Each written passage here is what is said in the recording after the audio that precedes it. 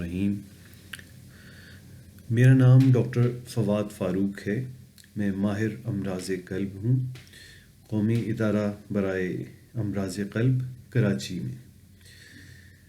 ہمارے مریضوں کو اکثر یہ کنفیوژن ہوتی ہے جب ان کو اینجیوگرافی ایڈوائز کی جائے تو وہ تھوڑا سا پریشان ہو جاتے ہیں کہ ہمیں شوگر ہے, ہماری ایج کافی زیادہ ہے, تو کیا یہ ممکن نہیں ہے کہ یہ ٹیسٹ, یہ پروسیجر ہم پہ نہ کیا جائے اور ہم صرف دوائیوں پہ چل سکیں.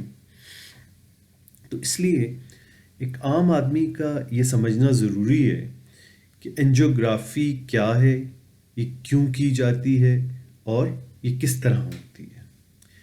اینجیوگرافی بنیادی طور پہ ایک ٹیسٹ ہے جس سے دل کی نالیوں کو دیکھا جاتا ہے, اور یہ ڈاکٹر آپ کو اسی صورت میں ایڈوائز کرتا ہے جب اسے یہ شبہ ہوتا ہے کہ آپ کی نالیوں میں تنگی ہو سکتی ہے. یہ شبہ صرف پہلی دفعہ ڈاکٹر کو دکھانے سے آپ کی علامتوں کی شدت سے ہو سکتا ہے کہ اس درجے میں ہے کہ اینجیوگرافی سے ہی کام چلے گا, یا یہ ہارٹ اٹیک کے بعد ہوتا ہے, کیونکہ ہارٹ اٹیک تو ہوتا ہی نالی میں تنگی آنے کی وجہ سے.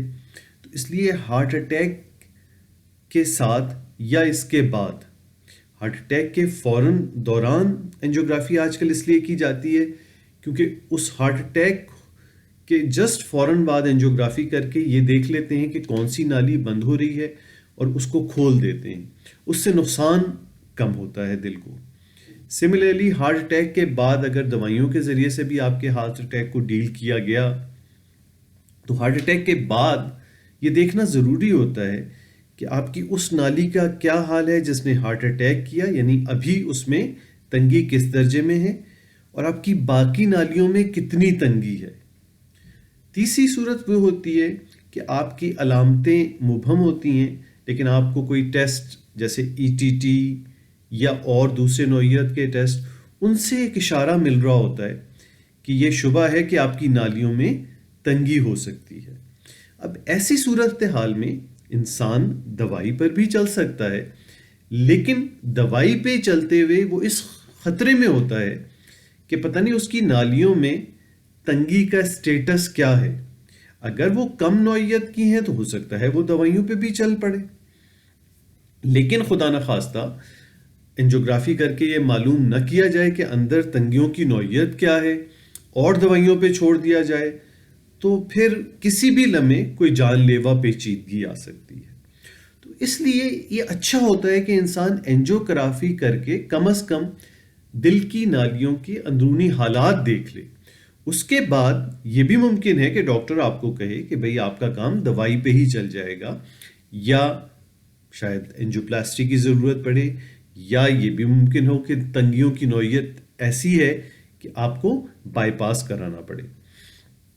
تو یہ کلیئر ہے کہ یہ اینجیوگرافی اندرونی نالیوں کے حالات دیکھنے کے لیے ایک ٹیسٹ ہے جو اسی صورت میں کیا جاتا ہے جب آپ میں کوئی ایسے شواہد مل رہے ہوں جس سے یہ شبہ ہے کہ آپ کی نالیوں میں تنگی ہو سکتی ہے. بہت سے لوگ اسی سٹیج پہ بہت سی ایسی دوائیاں کھانے لگتے ہیں یا ایسے نسخے استعمال کرنا شروع کر دیتے ہیں جن میں مختلف قسم کے لوگوں کے دعوے ہوتے ہیں کہ اس سے دل کی نالیوں کی تنگیاں گھل جاتی ہیں. بھئی ابھی تو پتہ ہی نہیں ہے آپ کی نالی میں تنگی ہے یا نہیں ہے, اس سے پہلے یہ نسخے کھانے سے کیا ہوگا. بھئی پہلے پتہ تو چل جائے. اور جو لوگ یہ دعویٰ کر رہے ہیں کیا انہوں نے مان لیا کہ آپ کی نالی میں تنگی ہے؟ بھئی ابھی تو ہم نے اینجیوگرافی نہیں کی.